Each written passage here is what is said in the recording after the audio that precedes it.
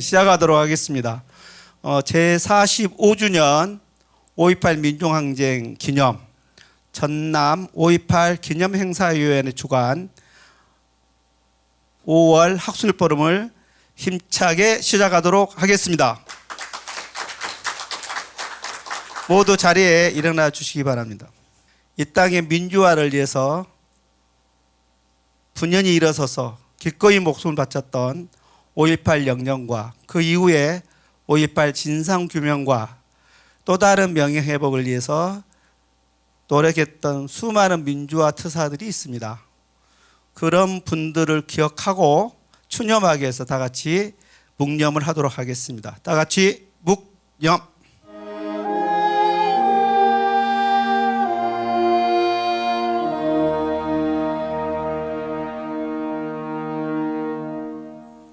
바로 모두 자리에 앉아 주십시오.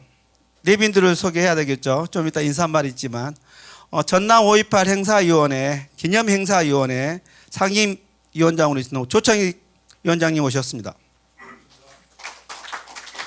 이번 학술 행사를 같이 연합 주최했던 호남사학회 회장님, 목포대 강봉용 교수님 오셨습니다. 네. 마찬가지로 이번에 또 그 전남도청과 교육청의 지원사람이거든요. 전남도 교육청의 정책국장 문태용 국장님 오셨습니다. 전남도의회 교육원 이재태 의원님 오셨습니다. 오늘 패널로도 수고해 주시겠습니다. 오늘 발표자입니다. 그래서 좀 이따 물론 본인도 소개하겠지만 멀리 서울에서 오셨습니다. 좀 이따 봐주는 권형흔 선생님, 은 교수님. 그 다음에 노영기 교수님 오셨습니다. 그 다음에 김봉국 교수님, 전남대 5.18 연구자입니다. 그리고 오늘 발표자들이 있는데요. 문보연 목포민주시민연구소 소장님 있습니다. 오늘 또 패널 해주시는 전남외국어대학교 역사교사 김천미 선생님 오셨습니다. 이제 보이네요. 5.18 행사위원회 정말로 몇 개월 동안 고생했다가 지금 거의 기진백진한 우리 박기철 집행위원장님 오셨네요. 고생하셨습니다. 아직도 끝나지 않았죠. 그 다음 전남교육회의 집행위원장 오셨습니다. 한민도 집행위원장 소개하겠습니다. 전남교육회의의 중심 역할을 하고 있습니다. 그 다음 대학무상화 전남본부 김창현 집행위원장님도 오셨네요. 와, 좋습니다. 우리 남녀민정군연구소 박동기 소장님 오셨습니다. 멀리 강주에서 오셨는데, 전남도청 대변인실의 이돔산 요새 잘 나가는 대변인 오셨습니다. 그리고 또 소개를 다 할까요? 이왕이면 또 우리 전 영암교육장 최강표 교육장님 오셨습니다. 그 다음에 교육자치과 심치숙 과장님과 과장님 오셨습니다. 그 다음에 민주시민생활 장학관 우리 고현주 장학관님 오셨습니다. 올해 우리 전남 참교육동지회 총무 임성곤 선생님 오셨네요. 감사합니다. 나주에서 저와 같이 활동하고 있는 나주시 문화관광해설사 우리 윤희정 선생님 오셨습니다. 감사합니다. 그 다음에 가화연구소의 전은진 대표 오셨습니다. 잘 오셨어요. 저보러 오신 거죠? 그 다음에 우리 5.18 5.18가 공법단체잖아요. 세 단체가 있는데 오늘 많이 오신다고 했는데 안 오신가요? 5.18 단체 회원들 오셨습니다. 자료집 넉넉하게 챙겨가시고요. 굉장히 글이 좋더라고요. 제가 편집하면서 보니까 가져가셔도 되고요. 물 챙겨 드셔도 됩니다. 자, 그러면 본격적으로 K사 인사말 하도록 하겠습니다. 우리 조창익 상임위원장님의 인사말 듣도록 하겠습니다. 네, 반갑습니다. 45주년 5.18 민중항쟁 기념 행사위원회 상임위원장 맡고 있는 조창익이라고 합니다. 다시 한번 인사드립니다.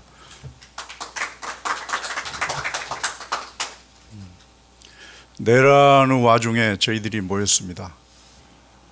12.3 기업 당시에 국회로 몰려들었던 민주 시민들의 배후에는 5.18 영령들이 계셨다고 저는 믿습니다.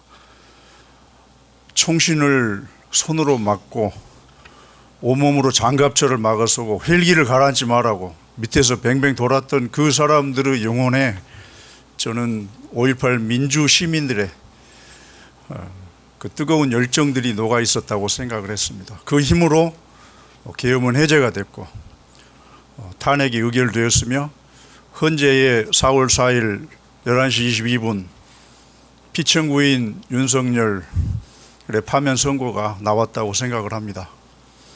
5.18은 여전히 현재 진행형이고 미래의 가치입니다. 오늘 이 자리는 그런 의미에서 다시 학술적으로 논구하고 저항 담론을 넘어서 미래의 대안 담론으로서의 5.18의 가치를 되새김질하는 이 자리이기 때문에 더욱더 귀중한 자리라는 생각이 듭니다. 주제 발표를 해주시고 또 토론자로 나서주신 교수님들 또 시민활동가들 선생님들 정말 감사드립니다. 5.18은 우리의 나침반이고 시대 정신입니다. 이렇게 귀한 자리에서 여러분들과 함께 새로운 세상을 꿈꾸게 되어서 정말 감사하게 생각합니다. 여러분 고맙습니다. 감사합니다. 정말 고생이 많습니다. 그리고 또 전남 비상행동 상임위원장까지 맡아서 도의 번쩍 서의 번쩍하고 있는데 지치지 마시라고 우리 조창희 위원장님께 힘찬 박수 부탁드립니다. 자, 이어서 이번 우리 학술 행사를 같이 하고 있는 호남사학회 강봉종 회장님의 축사가 있겠습니다. 네, 안녕하십니까. 호남사학회 회장 강봉용 교수입니다. 그 5.18 하면 광주가 먼저 떠오르는데 전남 5.18도 있다. 이런 관점에서 벌써 6회째나 이런 5.18 학술 포럼을 진행하고 있는 것에 대해서 상당히 감명 깊게 생각합니다. 그 우리 김남철 선생님의 열정과 뚝심이 있기 때문에 가능하다고 생각하고요. 이렇게 했으니까 10번, 20번 계속 해야 될 것 같습니다. 우리 호남사학회도 열심히 협력하고 협조 할 것으로 생각합니다. 제가 올해 말이면 인기가 마치니까 자신 있게 이야기할 수는 없고 저기 노영기 교수님이 아마 맡아서 하지 않을까 생각을 합니다. 여기 와서 보니까 그야말로 일당백의 분들이 모였습니다. 그래서 곱하기 100 하면은 몇 명입니까? 굉장히 많은 분들이 굉장히 많습니다. 모여 있는 셈이 되겠습니다. 그 주최 측에서 올해는 축사를 글로 써달라고 해가지고 글을 좀 그래도 마음을 모아서 쓴 글이기 때문에 그 축사를 한번 읽는 것으로 대신하도록 하겠습니다. 어느덧 5.18 민중항쟁 45주년을 맞았습니다. 대학 시절 영문도 모르고 광주집을 찾았다가 기막힌 상황을 목도했던 것이 어제만 같은데 이렇게 세월이 흘렀습니다. 제가 그때 서울에서 무슨 일이 뭔가 마음이 쓰여서 왔는지 모르겠는데요. 와서 그때 직접 현장을 목도를 했습니다. 올해도 전남 5.18 민중항쟁 행사위원회에서 여지없이 기념학술 포럼을 개최해 주셔서 감사의 마음을 전달하고 축하의 인사를 올립니다. 더욱이 광주 전남의 역사학자 커뮤니티의 중심 역할을 담당하고 있는 저희 호남사학회가 이번에도 공동 주관을 맡게 되어 더욱 감사하고 뜻깊게 생각합니다. 작년 말부터 지금에 이르는 이 시점에서 1980년 군사정권의 불법 계엄에 맞서 싸운 5.18이 전하는 의미는 더욱 심장한 것 같습니다. 작년 10월 10일 5.18을 다룬 소년이 온다의 한강 작가가 노벨 문학상 수상자로 발표되었고 노벨 문학상을 수상하는 12월 11일에 직전인 12월 3일에 뜻하지 않은 불법 계엄이 또다시 선포되었기 때문입니다. 이로 인해 많은 국민들이 뜬 눈으로 나를 지새우는 날이 많았음에도 과거가 현재를 덮고 죽은 자가 산자를 구한다는 한강 작가의 메시지는 강한 울림과 큰 위안이 되었습니다. 공든 탑을 쌓아 이루어 나가는 것은 시간도 많이 걸리고 지난한 일이기도 합니다. 그렇지만 그것을 무너뜨리는 것은 한순간일 수 있습니다. 역사가 늘 평탄할 수만은 없지만 이번 불법 계엄의 선포는 너무도 생뚱맞았고 자칫 공든 탑을 일거에 파탄낼 수도 있었다는 점에서 생각할수록 아찔하고 끔찍한 일입니다. 천만다행으로 한강 작가의 메시지대로 사태가 수습되고 있는 것 같습니다. 과거와 죽은 자가 현재와 산자를 구원한 셈이니 우리는 역사의 신세를 진하게 진 셈입니다. 그런 만큼 이번의 경험이 미래를 구할 현재가 되도록 하는 것이 역사에게 신세를 갚는 일이라고 생각합니다. 이번 5.18 민중항쟁 기념 학술 포럼이 과거가 현재를 구하고 현재가 미래를 살리는 역사 선순환의 의미를 제대로 되새기는 기회가 되기를 바랍니다. 예, 감사합니다. 예, 감사합니다.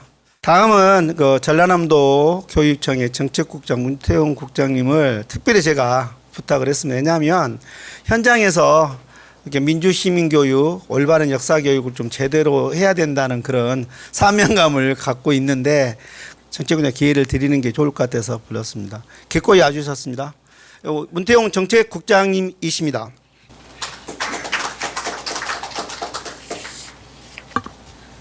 예, 갑자기 연락을 받아가지고요.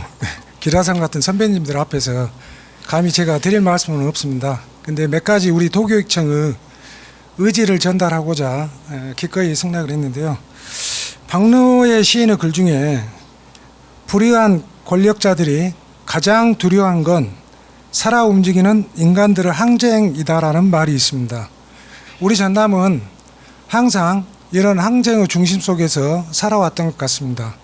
그리고 또 하나 지난 세월의 반민특위의 3.1철화로 끝나는 것이 지금까지도 우리 민중들을 힘들게 하고 있다는 생각이 많이 들고요. 그래서 우리 전남교육청에서는 항상 이러한 의교육을 바탕으로 민주주의 교육을 지속적으로 추진하고 있습니다. 그 예로 우리 계엄 이후에 바로 전남교육청에서는 학생들에게 헌법 교육이 가장 중요하다라고 해서 7가지의 자료를 선생님이 직접 만들어서 학교에 배포하고 교육까지 시켰고요. 그 다음에 우리 전 국회 입법처장님이신 박상철 강사님을 모시고 동부, 서부, 중부에서 교장 선생님들 그리고 번청 간부들 전체 강의를 들었습니다. 그리고 앞으로 지속적으로도 우리 5.18의 정신과 헌법 수호를 위한 교육을 전남교육청이 항상 앞장서고 앞서 나가도록 노력하겠습니다. 감사합니다. 예, 감사합니다. 예, 권영훈 교수님 저도 오늘 처음 뵀습니다. 근데 제가 자료집 만들 때까지 여성이라는 생각을 미처 하지 못했어요. 그리고 굉장히 젊은 새로이 현대사의 전공자로서 한략성이 대단하다고 들었습니다. 네, 안녕하십니까. 저는 박정희 정권기 계엄 체계 형성이라는 제목으로 발표를 하게 된 권혁은이라고 합니다. 전 지금 서울대 규장각에 이제 재직을 하고 있고요. 서울대 국사학과에서 박정희 정권기 시위 진압 체계라는 제 주제로 박사학위를 받았습니다. 그래서 주로 이제 국가폭력을 조금 그 진압 주체의 입장에서 좀 바라보는, 그리고 좀 냉전의 영향 속에서 바라보는 연구들을 진행을 하고 있습니다. 그래서 오늘은 제가 그 박사 논문에 있던 내용들이었지만 좀 계엄 12.3 이후에 조금 좀 심화했다고 해야 될까요? 그런 어떤 연구 과정을 좀 말씀을 드리도록 하겠습니다. 네, 일단 12.3 내란이 저희에게 굉장히 많은 것을 알려주었죠. 저 역시도 이 계엄이나 쿠데타나 시위 진압에 대해서 연구를 했지만 이 12.3 내란을 겪으면서 굉장히 많은 것들을 좀 새삼스럽게 깨달을 수가 있었는데요. 일단은 이 12.3 내란 사태의 책임자들 초창기 나왔던 이 지도 그 어떤 인적 사항들인데요. 다 뭐 저희 너무나 지금 익숙한 사람들입니다. 이제 방첩사, 수방사, 특전사령관, 사령관이 있고 그 밑에 이제 그 하급 장교들, 중급 장교들이 있어서 이 내란에 가담을 했다라고 지금 이들이 다 재판을 받고 있는 상황인데요. 이 12.3 내란을 통해서 뭐 여러 가지가 드러났지만 그 중에서도 이제 오늘 저의 연구와 관련해서 두 가지 사실이 드러났다라는 거를 말씀드리고자 합니다.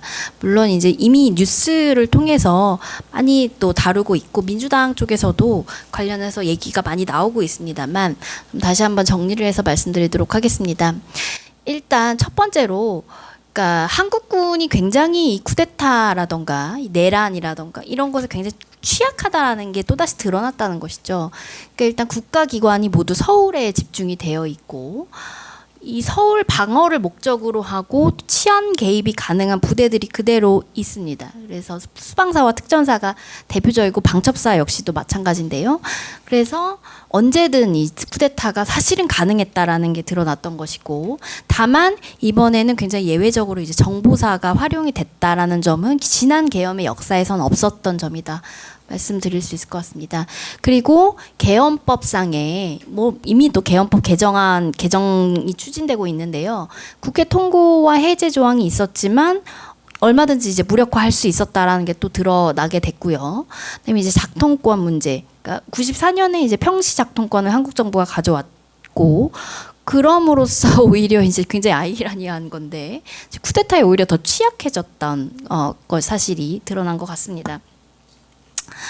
그리고 두 번째로 이제 드러난 것은 군부 독재 시기에 어떤 인식이라던가 문건이 그대로 남아 있었다는 게 드러났다는 거죠. 일단은 뭐 저희를 너무나 이제 화나게 했던 계엄은 대통령의 비상대권이기 때문에 사법 심사의 대상이 되지 않는다라는 지금도 이제 되풀이하고 있는 주장들 4월 4일 헌재 판결 전까지 계속 이런 주장들이 되풀이 됐는데요.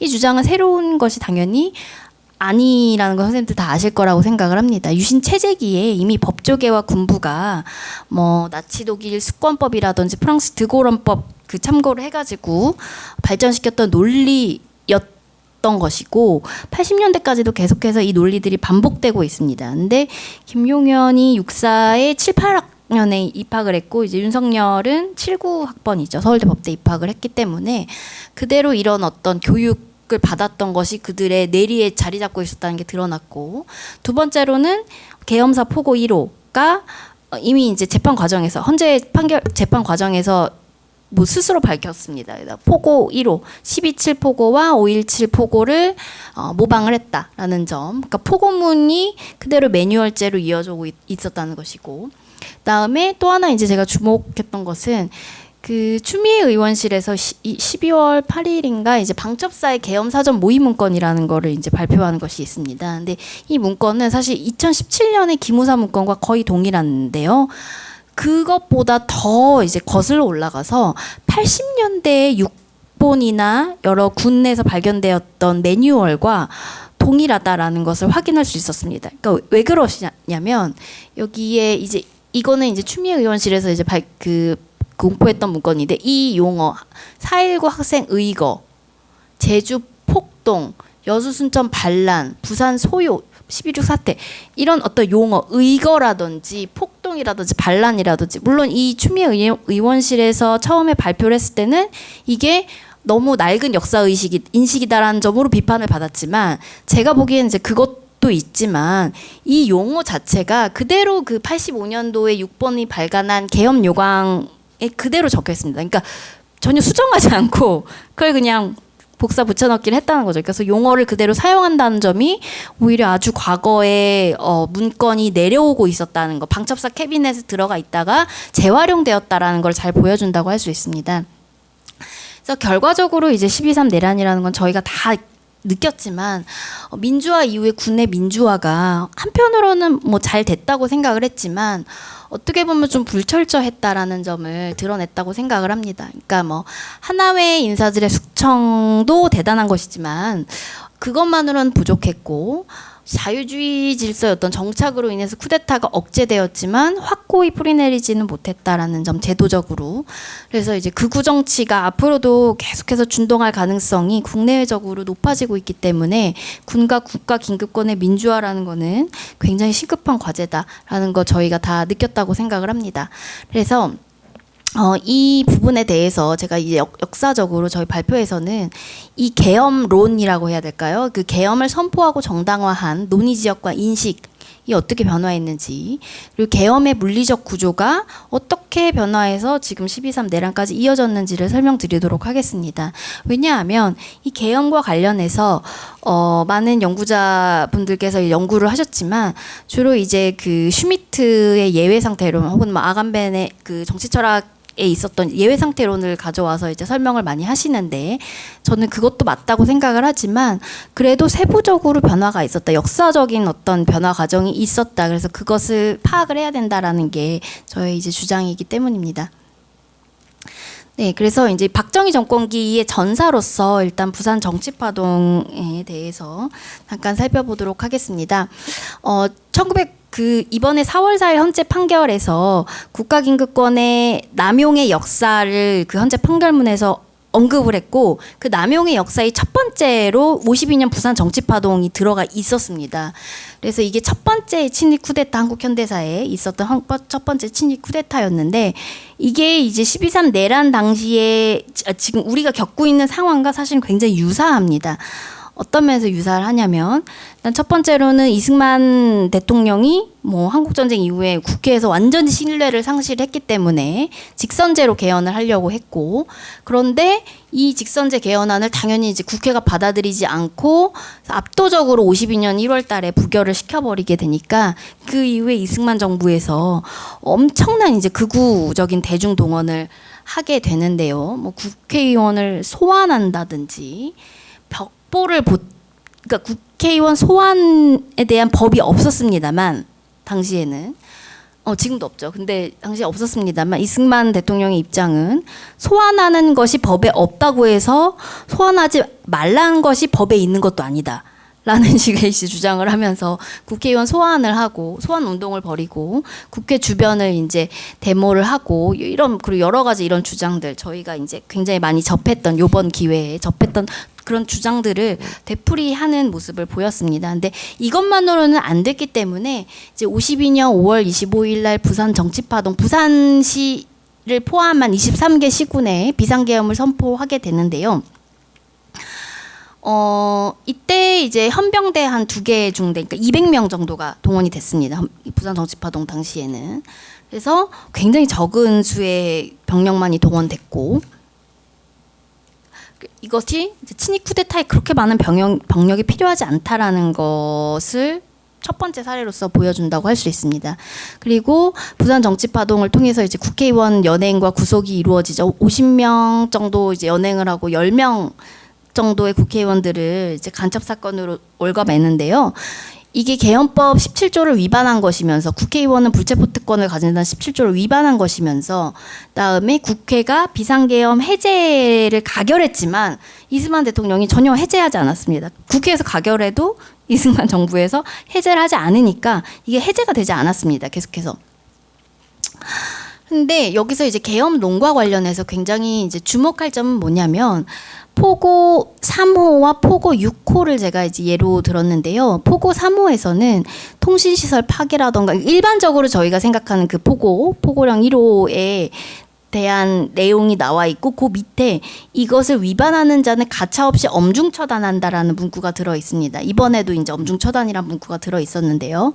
그리고 52년 6월 22일 날 또 포고 6호가 발표가 되는데, 이제 무허가 집회와 무허가 간행을 한 것만으로도 총살에 처한다라는 문구가 들어가 있었습니다. 그래서 너무나 이제 선생님들 너무나 잘 아시겠지만, 이런 그 문구들은 4.3항쟁 이래에, 4.3항쟁 뭐 여순 사건기에는 개헌법이 없었음에도 불구하고 이런 문구가 들어갔고, 한국 정쟁기 내내 이제 계엄이라는 것이 잠시 위반을, 아주 사소한 어떤 범죄를 저질러도 즉각적으로 처분할 수 있는, 직결 처분을 할 수 있는 효력을 발휘했다라는 점, 그러니까 그리고 그 자장 속에 있었다라는 걸 그대로 보여주고 있습니다. 이 당시가 또 한국 전쟁기이기도 했고요. 그래서 이거를 이제 보통 사회학이나 그런 쪽에 그 정치 철학 쪽에서는 그 법의 공백 상태다라고 보통 말씀을 많이 하십니다. 그러니까 개헌법의 조항이 하나도 지켜지지 않았지만 여전히 엄청난 효력을 발휘를 했다는 것입니다.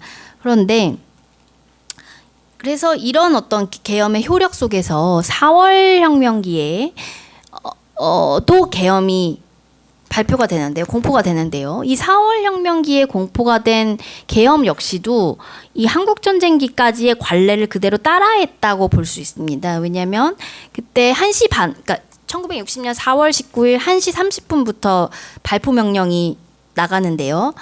그 계엄이 선포된 것은 2시 30분이었습니다. 근데 소급해서 오후 1시로 2시 30분에 그 계엄을 공포를 했는데 소급해서 계엄을 공포를 한 것이죠. 오후 1시로. 왜냐하면 무차별 발포를 계엄을 공포함으로써 무차별 발포를 해서 사망을 하게 하는 거를 정당화할 수 있다라는 인식. 그러니까 계엄법 조항과 전혀 맞지 않지만 모돌이 다 위헌이고 위법이지만 그러한 관례 속에 있었다라는 걸 알 수가 있습니다. 4월 혁명기에. 그렇지만 4월 혁명을 거치면서 이런 계엄의 정치적이고 법적인 효과들, 그러니까 생사여탈권 효력이라고 해야 될까요? 이런 것이 부정이 되게 되는데요. 일단 군이 발포를 금지를 했고 당시에 이승만 정부가 하야를 했고 발포 명령자에 대해서 그 이후에 살인죄 기소가 이루어집니다. 그래서 이런 어떤 정치적으로 부정되었다라는 게 4월 혁명의 효과라고 볼 수 있고 5.16 쿠데타의 당시에는 61년도 5월 16일 당시 계엄 포고에서는 뭐 극형에 처한다라는 문구가 들어가 있긴 했습니다. 근데 그것은 쿠데타였기 때문에. 하지만 6.3 계엄 포고에서부터 이 엄중 처단한다는 문구가 사라지게 됩니다. 그래서 언제 다시 등장을 하냐면 79년 10월 27일 포고에서 다시 등장을 하거든요. 그래서 6.3 계엄과 7.2년 계엄에서는 엄중처단이란 문구가 사라지게 됐다. 이것이 4월 혁명의 효과였다라고 말씀을 드려야 될 것 같습니다. 그런데 이 52년 그 당시에 이승만 대통령과 이승만 대통령이 너무 이제 한마디로 이제 말이 안 되는 그 계엄을 선포를 하게 되니까 주한미 대사관 쪽에서 계속해서 이것을 해제하고자 노력을 많이 했는데요. 압력도 가하고 이 당시에 이승만 대통령이 주한미 대리대사였는데 이때는 이제 라이트너랑 얘기하면서 남긴 어떤 여러 가지 비망록들이 있습니다. 근데 이 비망록에 나와 있는 이승만 대통령 의 인식이 인식을 좀 읽어보면 이러는데요. 깡패 집단이 국회에서 다수를 차지하고 있고 반역적 무리들로부터 뇌물을 받고 야당 민국당은 반국가적이다. 그래서 자기는 이들이 명확한 반역자들이란 걸 증명해줄 많은 증거를 갖고 있는데 그래서 주한미 대리대사가 증거가 어딨냐라고 하니까 좀 있으면 나온다라는 식으로 이제 대답을 하게 되고 자신이 이제 특단의 조치가 필요하고 자신만이 한국 민주주의 옹호자라는 주장을 하게 됩니다. 그러니까 이렇게 보면 친위 쿠데타를 위한 아주 정말 상투적인 레토릭이라는 것을 이러한 어떤 그 언설들이라는 것을 이승만 대통령의 인식이 그대로 보여준다고 할 수 있습니다. 그런데 이 시기까지만 해도 이승만 대통령이 굉장히 이제 그러니까 뭐랄까요, 좀 비상식적인 인식을 보였지만 대통령이 그러니까 계엄이라는 것이 대통령의 비상대권이다. 대통령만이 그것을 판단할 수 있다라는 인식까지는 이르지 않았습니다. 그러니까 굉장히 정교화된 인식까지는 이르지 않았다는 건데요.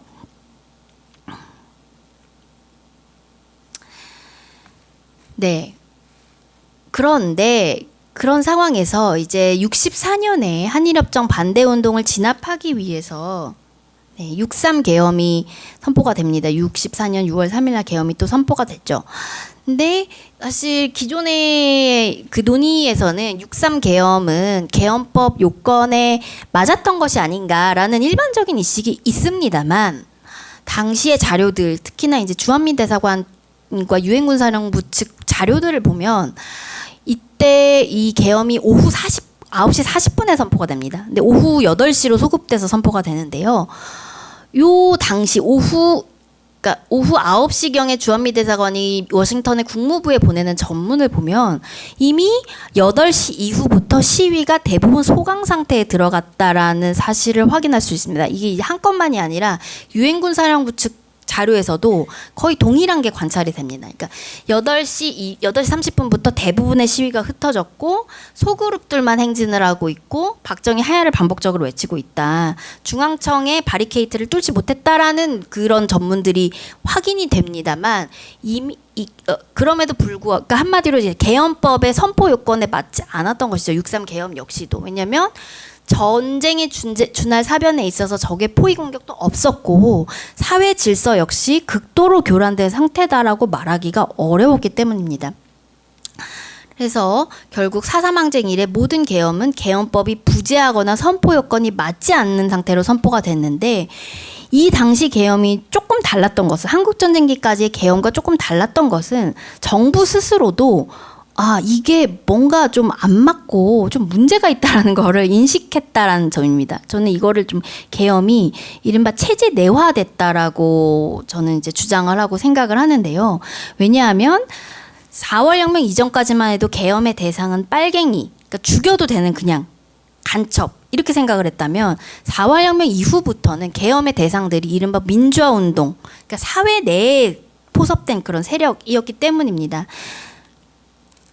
그래서 정부가 이제 계엄 기간 중에 스스로 계엄법의 선포 요건을 완화하는 개정안을 시도하게 됩니다. 64년도 6월 한 20일경에 국무회의에서 이런 안을 통과를 시키게 됩니다. 그래서 비상계엄의 요건을 국가의 안전을 위태롭게 하는 사회 질서의 교란 으로 인하여 병력으로서 공공의 안전 질서를 유지할 필요가 있는 지역에도 비상계엄을 선포할 수 있도록 계엄법 개정을 시도를 하지만 이때까지만 해도 박정희 정부가 아직은 완전히 정말 권위주의로 가는 그 도중에 있었고 미국의 압력도 워낙 셌고 또 그 관련해서 여러 가지 또 여러 가지 그 권위주의적인 법을 통과시켜야 됐기 때문에 이 계엄법 개정안은 결국은 무산이 됩니다.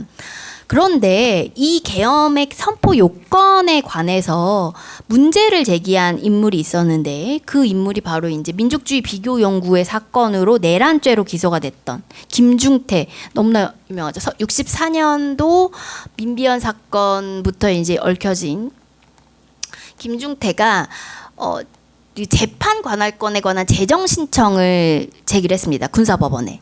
이게 뭐냐면 이 민족주의 비교 연구회라는 것은 계엄이 선포되기 이전에 활동을 자기들이 한 건데 이거를 계엄하에서 군법회의가 자기를 재판하는 거는 관할권에 맞지 않다. 왜냐면 소급한 거다라는 것이고 첫 번째로는. 두 번째로는 6.3 계엄 역시 계엄법의 선포 요건에 맞지 않다. 그 두 가지를 제기를 했습니다. 그런데 당시에는 이제 계엄 기간 중이었기 때문에 이제 검열이 엄격해서 이 자료를 잘 찾기는 어렵습니다만 대법원에서 일종의 이제 법 기술이라고 할 수 있는데요. 64년도 7월에 이런 판단을 내리게 됩니다. 현재 한국은 북한과 대치 중이고 간첩이 난파되는 상황에 놓여 있기 때문에 6.3 계엄 선포는 계엄법 제4조에 해당한다라는 판단을 내리게 되는데, 그러니까 저는 이걸 이제 법 기술이라고 생각을 하는데요.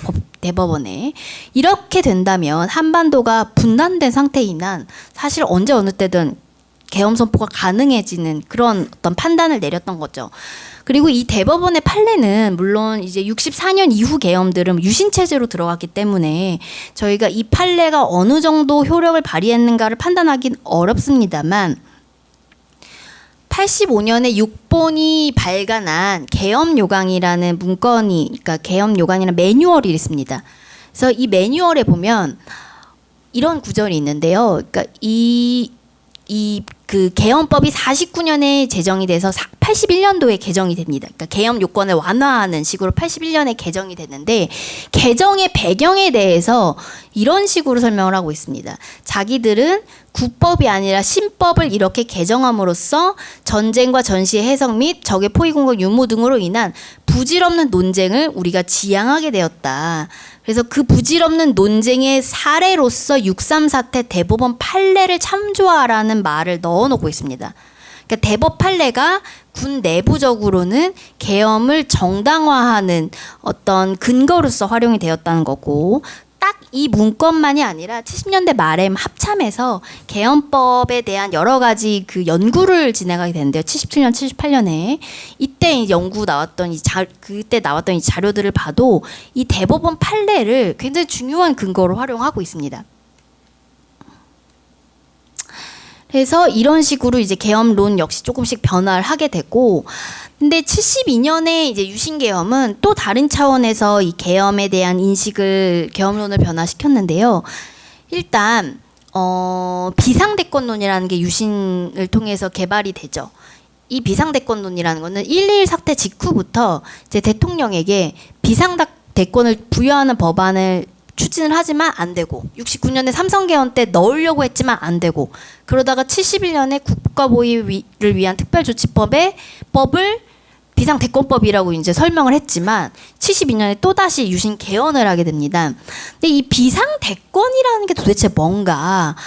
근데 굉장히 재미있는 것은 1960년대 그 국내 언론에 당시 프랑스 드골 대통령이 알제리에 선포했던 비상조치, 남베트남에서 선포됐던 비상조치, 아주 각국의 여러 그 비상조치들을 국내 언론에서 소개를 하는데, 이게 제가 찾아봤지만 나라마다 비상대권이라고 말할 수 있지는 않습니다. 나라마다 다 다르거든요. 근데 이게 일률적으로 국내 언론에서는 비상대권이라는 식으로 번역이 되고, 그와 관련해서 71년부터 이건 너무나 유명한 사실이죠. 김기춘이 프랑스 드골헌법 공부하러 다니고 막 1년 동안 해외를 다니면서 연구를 했다라는 건 너무 잘 알려진 사실인데, 그래서 이 비상대권론이라는 거를 본격적으로 발명을 해서 유신 헌법 당시에 이제 넣었습니다만, 아까 제가 말씀드렸듯이 프랑스 제후광후 헌법 16조를 국내에서는 비상대권이라고 번역을 했지만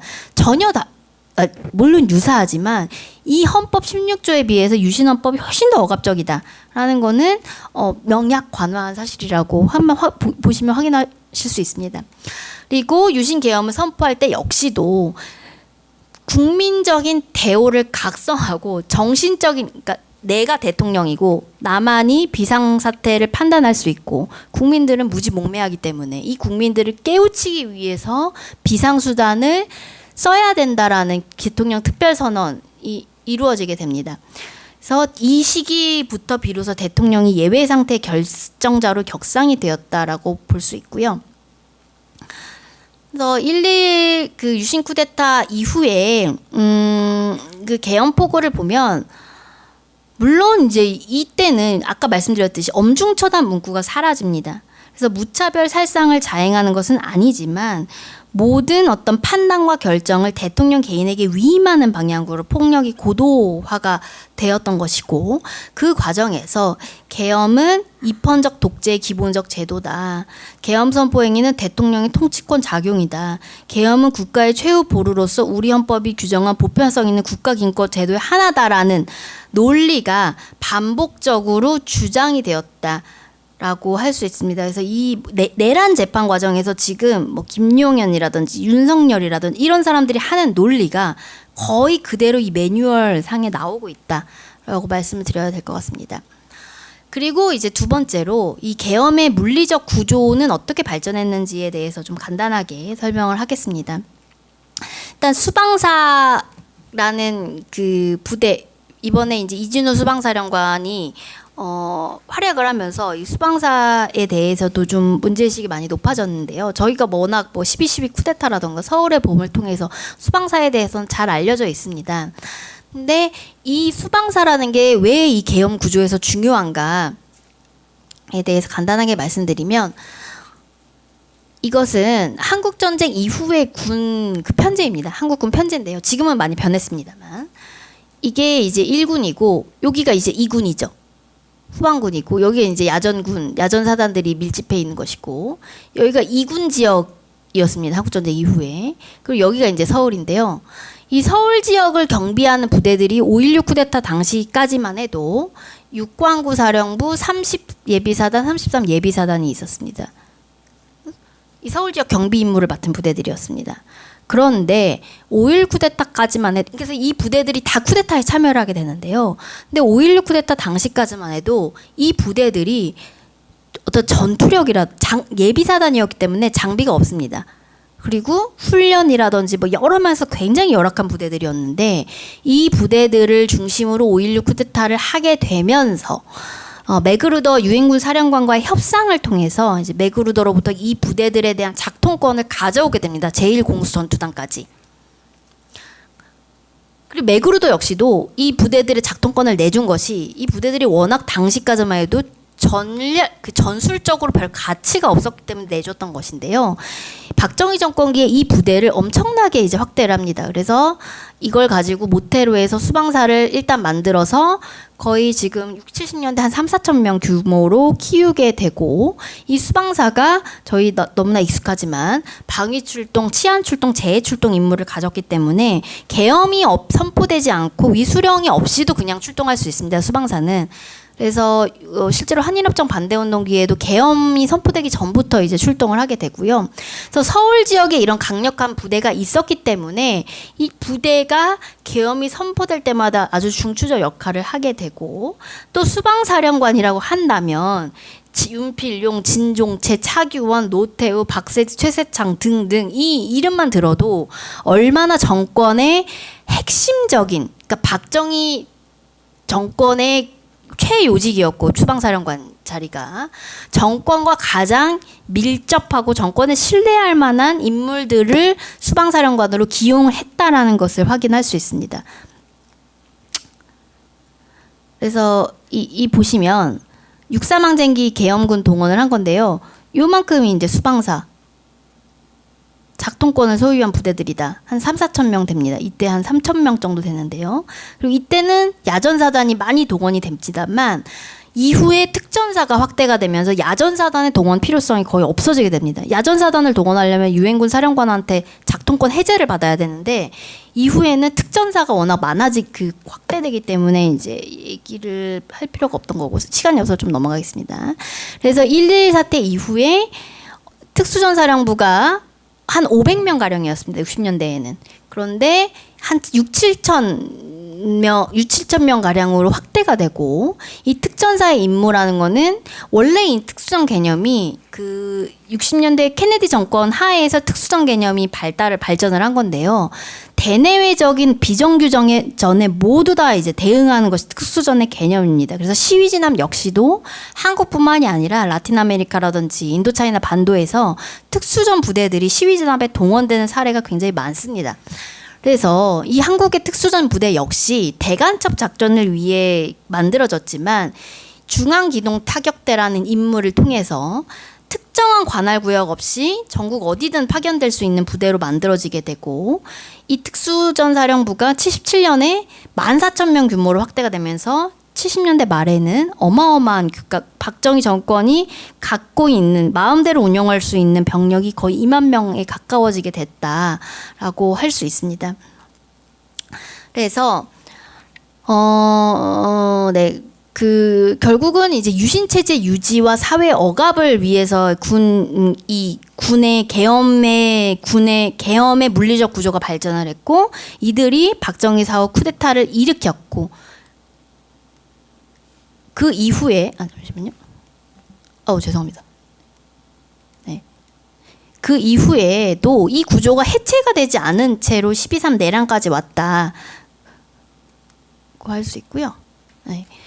그리고 아까 제가 말씀드렸듯이 70년대 초반에 유신 계엄 당시에 이 군동원을 보면 63 계엄이랑 좀 조금 차이가 보입니다.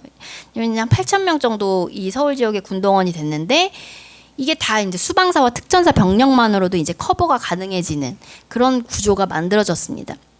그래서 이 서울 지역 방위 임무를 뒤집는다면 곧 그것이 쿠데타가 가능해지는 것이고, 이거는 12.3 내란 이후에 굉장히 얘기가 많이 나온 거죠. 그래서 이 쿠데타 진압 임무를 맡은 부대들이 쿠데타를 일으켰을 때는 대처를 할 수가 없습니다. 불가능하고, 그게 이제 12.12였고, 그래서 결국 12.3 내란을 막은 국회와 시민의 저항이라든지 중하급 군인들의 태업이라는 거는 이 구조를 무력화시켰다는 점에서 굉장히 기념비적인 움직임이었다고 말씀드리겠습니다. 그래서 결과적으로 사회를 억압하기 위해 만들어진 군의 배치와 구조가 쿠데타에 취약해졌고 현 구조와 여러 법제들을 아주 다양한 차원에서 정말 미시적으로 여러 가지 차원에서 해체하고 재조직할 필요가 있다라는 것으로 결론을 내리고 마무리하도록 하겠습니다. 네, 감사합니다.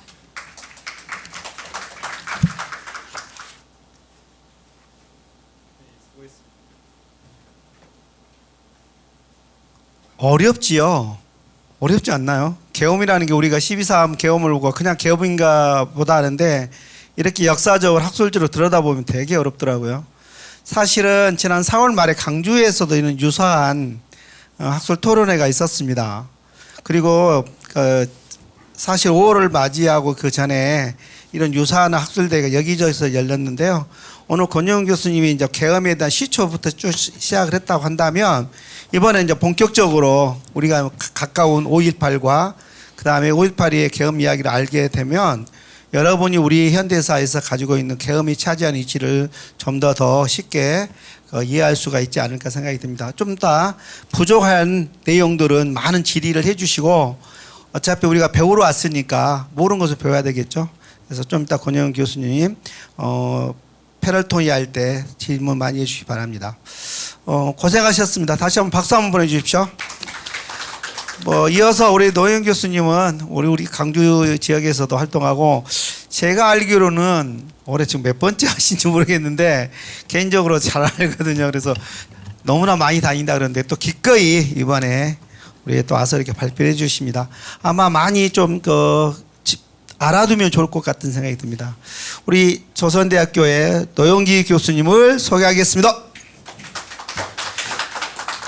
네, 앞에 워낙에 좋은 발표라서 저는 좀 5.18이 그러니까 우리 현대사에서 계엄이 일어났을 때, 계엄이 선포되었을 때 어떤 일이 벌어지는가를 가장 가깝게 보여주는 게 저는 5.18이라는 생각이 들어서 그냥 무덤덤하게 5.18 때 어떤 일들이 벌어졌었는가를 중심으로 정리를 해봤습니다. 일단 그날 저녁에, 그러니까 작년 12월 3일 날 저는 다른 거 하고 있었거든요.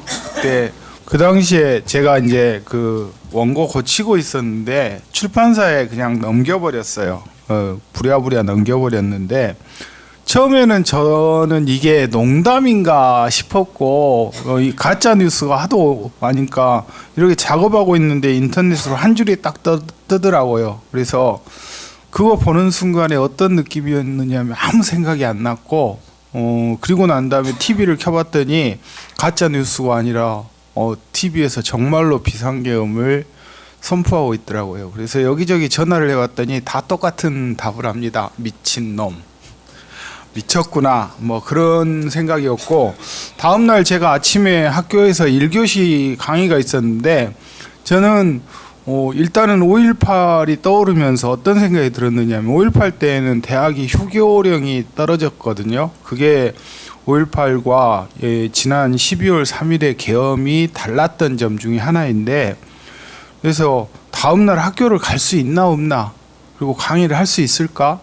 이제 종강도 얼마 남지 않아 가지고 다음날 이번 학기 강의가 제대로 될 수 있을까, 그런 생각들이 정말 많이 들었었습니다. 근데 계속 실시간으로 생중계되는 상황들을 보면서 할 수 있는 게 아무것도 없다라는 생각이었었는데, 어쨌든 그 마음 자체는 보면은 다음날 아침에 학교에 등교하는 순간, 그래서 강의실 열고 들어가서 학생들 보는 순간에서야 계엄이 해제되었구나라는 생각이 일단 들었었습니다. 근데 그 1호하고 이제 그 다음 페이지거든요.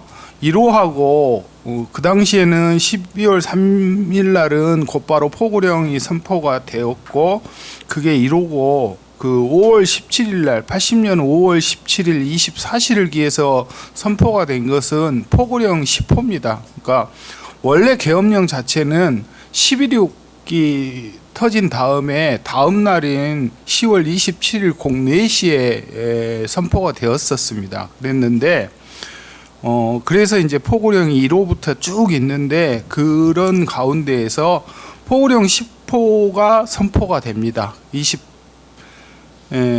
24시를 기해서 포고령 10호가 선포가 되면서 계엄 자체가 두 가지가 이제 있는데 그 1호하고 10호의 공통점도 있고 차이점도 있습니다. 일단 공통점은 뭐냐면 계엄의 대상 지역을 전국 단위로 한다라는 겁니다. 그게 뭐가 그리 중요할까? 그러니까 그 80년 5월 17일 24시를 기해서 선포가 되는 계엄 포고령 10호 같은 경우는 전국으로, 그러니까 그 전까지 포함되지 않았던 제주도까지 포함을 시켜가지고 전국으로 확대를 하는데 그게 어떤 차이가 있는가? 그게 이제 지역 계엄과 전국 계엄의 차이이긴 한데 가장 근본적인 차이는 군에 대한 계엄군에 대한 문민 통제가 가능한가 안 한가의 문제거든요. 그러니까 계엄 사령관이 대통령에게 곧바로 보고를 합니다. 실상은 뭐 보고라기보다는 뭐 거의 통고하는 수준이 되는, 그래서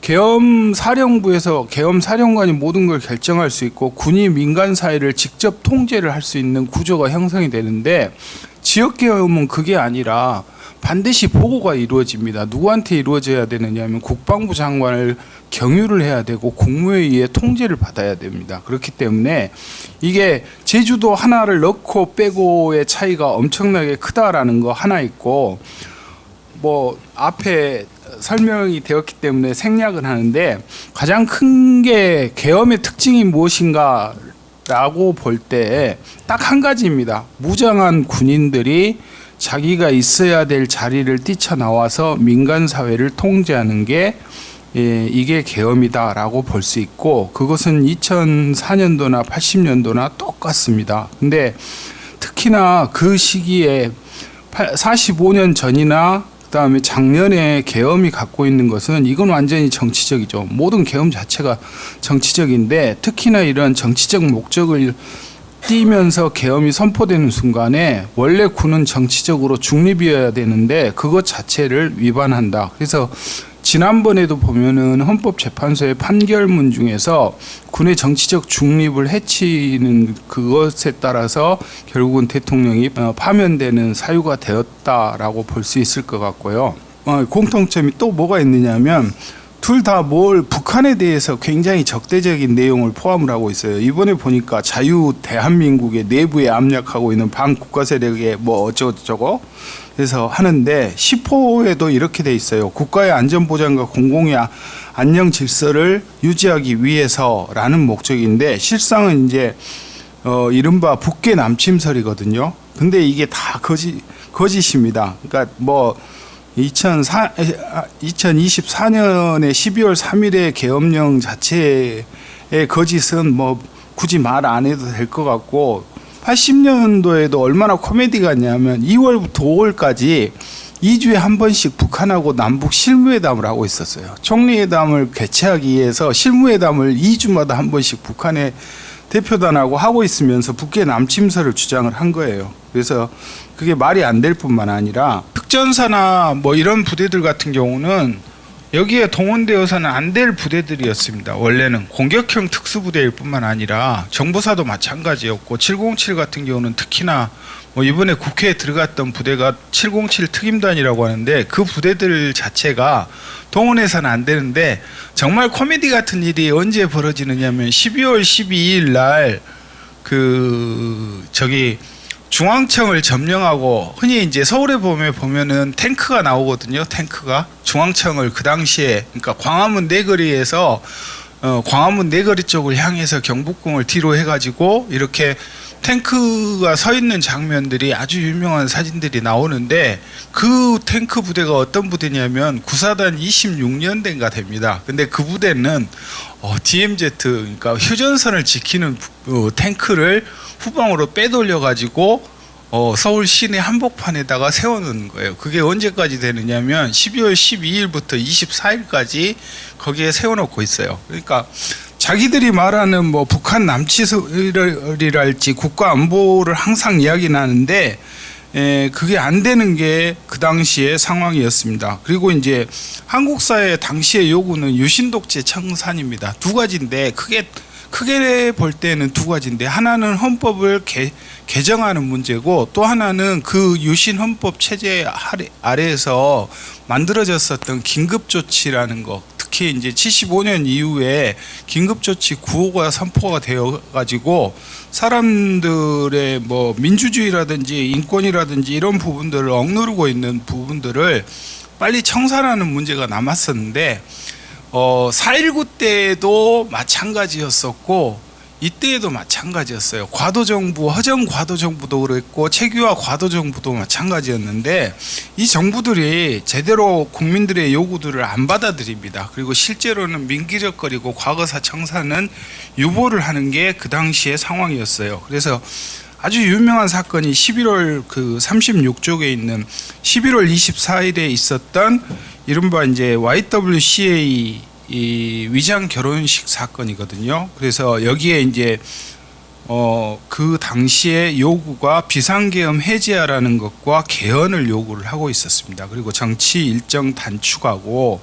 유신헌법에 따라서 통일주체 국민회의에서 대의원대에서 대통령 선출하는 것을 그만두어라라고 했는데, 주동자들이 어디로 가느냐 하면 신군부의 본부라고 할 수 있는 보안사령부에 가가지고 그곳에서 고문을 받습니다. 어떻게 보면 5공화국 내내 끊이지 않았던 고문과 관련된 부분들의 출발점이라고 볼 수도 있는, 그리고 내용 자체는 또 뭐라고 발표를 하느냐면 북한의 사주를 받아서 이 사람들이 국내 국가의 안보와 사회 질서를 혼란시키고 있다. 소위 말하는 북계 남침설의 근거가 여기에 보면은 나타나기 시작을 합니다. 어쨌든 그렇게 한 다음에 신군부는 이제 12월 12일 날 군사 반란을 일으키는데, 사실은 보면은 여기 반란 일으킬 때 동원했던 부대들 아까도 이제 잠깐 나왔는데, 또 하나의 특징이 뭐냐면 특전사랄지 아니면은 뭐 수경사랄지 이런 부대들 자체가 보면 한편으로는 공격형이거나 그렇긴 한데, 또 다른 한편으로 보면 여기는 쿠데타를 예방하는 대전복 부대를 그러니까 쿠데타를 진압해야 되는 부대입니다. 그리고 어찌 보면은 좀 희한한 것 중에 하나가 뭐냐면 이들 부대들의 사령관들이 쿠데타하고는 관련이 없는 인물들이에요. 쉽게 말하면 신군부 측과 굉장히 신군부의 이러한 그 시도들에 대해서 어떻게 보면은 제일로 먼저 이 반대를 할 수밖에 없는 그런 군인들이었습니다. 실제로 그래서 정병주랄지 장태환이랄지, 그리고 이제 그 육군 헌병감이었던 김진기랄지 이런 사람들은 일부러 유인을 해냅니다. 저녁 식사를 하겠다라고 해가지고 연희동으로 꿰어낸 다음에 부대를 장악해가고 12.12 군사 반란을 일으킨 겁니다. 그리고 나서 자리를 바꿔요. 그게 39쪽에 표 2에 나와 있습니다. 그러니까 참모총장부터 시작해가지고 계엄사령관부터 시작해서 군의 최고 핵심부 또는 특전사랄지 수도경비, 그러니까 신군부하고 어떻게 보면 신군부에 가장 반대할 수 있는 사람들을 다 날려버리고 자기 신군부나 아니면 신군부를 지원하는 지지하는 이 선배들로 바꾸게 됩니다. 그런 식으로 해가지고 12.12 군사 반란의 목표가 달성이 됩니다. 그리고 난 다음부터 이제 2월부터 군대 훈련은 전폐가 돼요. 그러니까 특전사 같은 경우 원래 특수훈련을 해야 되고 다른 훈련들을 해야 되는데 그것 없이 그냥 충정훈련, 폭동 진압훈련이라는 걸 하게 되고, 거기에 이제 그 신군부의 인사들이 직접적으로, 그러니까 그걸 잘 보여주는 게 2월 5일 날 청와대에서 있었던 학원 소요 사태 대비 군 보고라는 게 있습니다. 물론 여기에 이제 그 당연히 계엄 상태이고 군에서 보고하기 때문에 관련된 그 저기가 있는데, 학원 사태와 관련된다라고 하면은 기본적으로 문교부랄지 내무부랄지 법무부 장관이 있어야 됩니다. 특히나 내무부 장관은 예비역 대장 출신이에요. 보안사령관까지 했던 사람입니다. 근데 이 사람들마저도 이 배제한 상태로 청와대에서 이미 학원 소요에 대비한 어떤 군의 동원을 준비하고 있었습니다. 신군부의 주도하에. 그리고 나서 이제 그 이후부터는 계속해서 공수부대 같은 경우는 반복되는 충정훈련, 그러다 보니까 이 공수부대원들이 국민들을 향해서 굉장히 증오심이 커졌던 것 같아요. 그게 주 20에 나와 있는 내용입니다. 그리고 나서 5월 17일 날 비상계엄이 전국으로 확대되면서 계엄군이 투여가 되는데, 투입이 되었을 때 전체 병력, 제가 한번 통계를 따져봤더니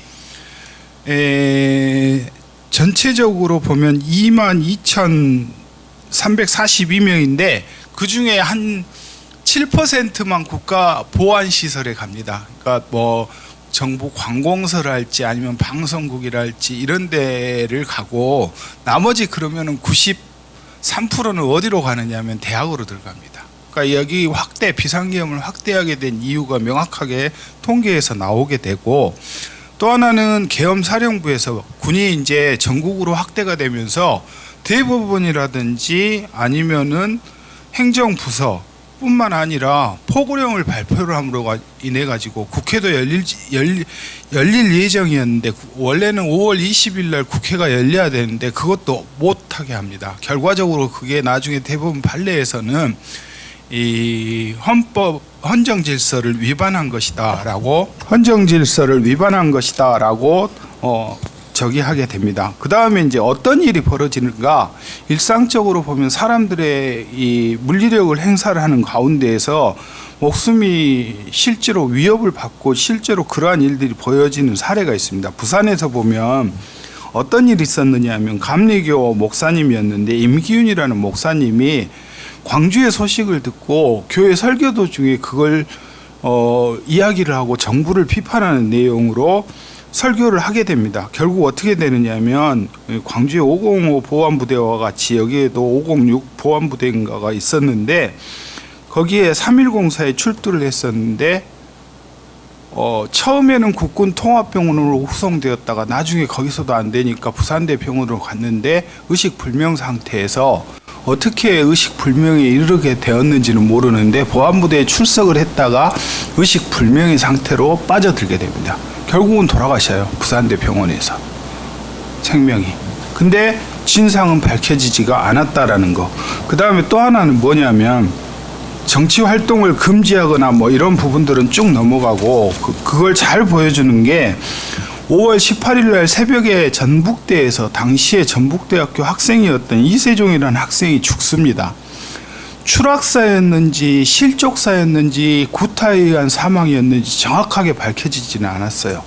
근데 어떤 일이 벌어지느냐 하면, 현직 검사, 전주지방검찰청에서 근무하던 사람이, 참 희한한데 그 예전에 한나라당 대표였던 안상수라는 사람이에요. 인천시장도 하고 했던 그 역사의 현장에 있었습니다. 그래가지고 현직 검사였으니까 당연히 사건 사고가 났기 때문에 출동을 했고, 현직 검사가 그곳에 가서 부검을 하려고 시도를 했는데 공수부대원들에 의해서 가로막혀 버립니다.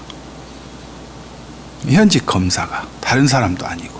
그래서 나중에 국회의원 된 다음에 수사권이 비상계엄하라서 군부에 있었기 때문에 끝까지 밝히지 못해서 분통을 터뜨린 일이 있다라고 발언을 했습니다. 전주에 가서 국정감사 자리에서 그런 그런 경험을 했다라는 거. 그러니까 어떻게 보면은 평상시 같으면 가장, 지금이야 뭐 힘이 센 검사인데 현직 검사조차 할 수가 없습니다. 근데 그게 전북대에서만 있었느냐 하면 전남대나 조선대에서도 마찬가지로 뭐 안경 쓰고 있는데 코 맞아가지고 코가 깨진다 할지, 피투성이가 돼서 병원에 옮겨진다 할지, 그런 게 비일비재하게 있었던 것 같아요. 그리고 나서 오후부터 공수부대원들이 시위 진압, 오전과는 달랐던 게 뭐냐면, 오전에는 경찰은 해산을 목적으로 했다라고 한다면 공수부대원들은 오후에는 체포를 목적으로 끝까지 추적을 합니다. 그래서 당시에 기록에 보면은 가정집을 수색하여 대학생으로 보이는 장발 청년과 여자를 마구 때리고 대검으로 찌르는 등, 이게 이제 당시에 그 광주 동구청이 금남로 2가에 있었는데 2가에서 기록한 내용입니다. 그리고 김경철은 이제 그 사례는 워낙에 많이 알려졌는데 듣지도 말하지도 못하는데 온몸을 그야말로 검시 조서에 보면 온몸 머리에서부터 시작해서 발끝까지 온몸에 상처입니다. 결국 이제 그 뇌출혈로 사망을 하기는 하지만 어쨌든 온몸이 다 상처가 있습니다. 그리고 5월 19일 오전에는 원래 금남로가 5월 19일이면 월요일이고 금남로 같으면 광주의 거의 유일한 중심가인데 차가 안 다녀요. 못 다녀요. 공수부대원들이 그 앞을 다니고 있었기 때문에. 그리고 그날 어떤 일이 벌어졌는지에 대해서 시민들이 항의 전화를 합니다. 금남로에서 벌어지고 있는데 관광호텔 앞에서 40여 명이, 그리고 한미제과 사거리에서 저 대인동, 아마 대인동인 것 같아요. 저흥은행도 금남로 앞이고 금남로 3가에서 광주 시민들 저기 할 거냐, 뭐 제일은 전부 다 이게 금남로 한복판에서 월요일 날 한낮에 벌어졌던 일을 시민들이 시청에 항의 전화한 것을 시청에서 기록으로 남겨놓은 것입니다.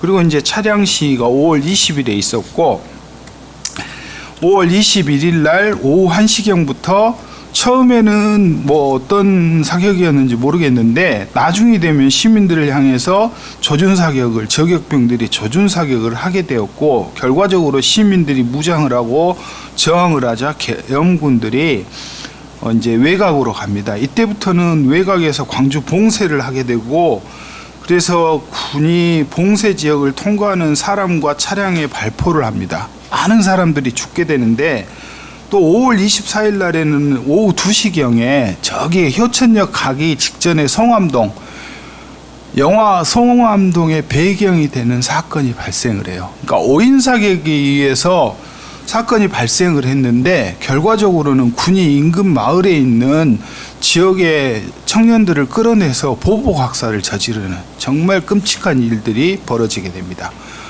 광주 시내는 뭐 주먹밥이라든지 헌혈이라든지 이런 걸 하게 되었던 게 그 당시의 상황이었고 5월 27일 뭐 그 전부터 재진입 작전은 기획이 되어 있었고 5월 26일 날 최종적으로 작전이 시행이 됩니다. 그래서 처음에는 공수부대 특공대원들이 들어오고 그 다음에 보병부대가 들어오는 것으로 그렇게 해서 결과적으로 광주 시내에 공수부대가 들어오는 것은 한 1시간 정도예요. 4시에서부터 5시 한 20분 정도까지 해가지고 1시간 20분 정도에 한 350명 정도가 있었던 것으로 추정이 되는데 그 시민들을 죽이거나 아니면은 잡아들이거나 연행하거나 그렇게 해서 결과적으로 임무를 끝낸 다음에 보병부대가 들어오는 것으로 그렇게 해서 5.18은 끝나게 됩니다.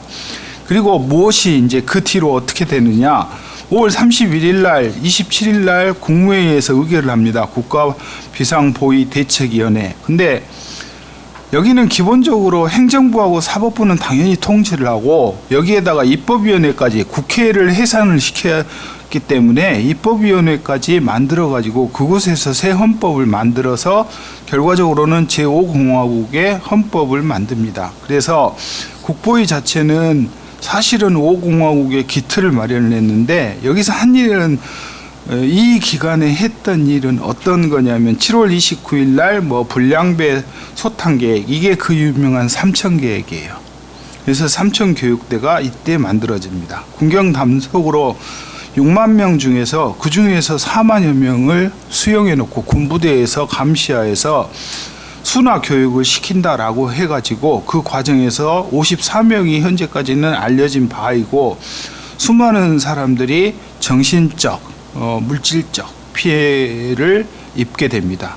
그리고 7월 30일에 언론인 언론 자유화 정화를 결의를 하면서 이미 통제를 하고 있어요. 왜냐하면 계엄령이 선포되는 순간부터 언론은 통제되고 군에 의해서 검열과 통제가 이루어지고 있는 상황이었었는데 그걸로는 부족하니까 언론사에서 저항하고 있던 기자들을 사직을 종용을 하게 됩니다. 그래서 933명, 심지어는 이 해직된 언론인들을 취직도 못하게 방해를 해요.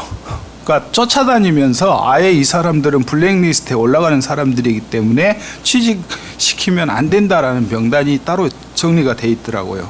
공무원들도 같이 해직되고 10월 27일 날 소위 말하면 수배자들 잡는다라고 해가지고 전국의 사찰을 군인들이 밀고 들어가 버립니다. 소위 말하는 12.7 범란이라는 게 발생을 했습니다. 그리고 이러한 토대 속에서 다음에 1월 24일 날 계엄령을 해제하고 그리고 나서 전두환은 제5공화국을 출범시키게 됩니다. 그러니까 2월 달에 이제 그 1월 23일 날 내란 음모 사건의 대법원 판결 내려지자마자 다음 날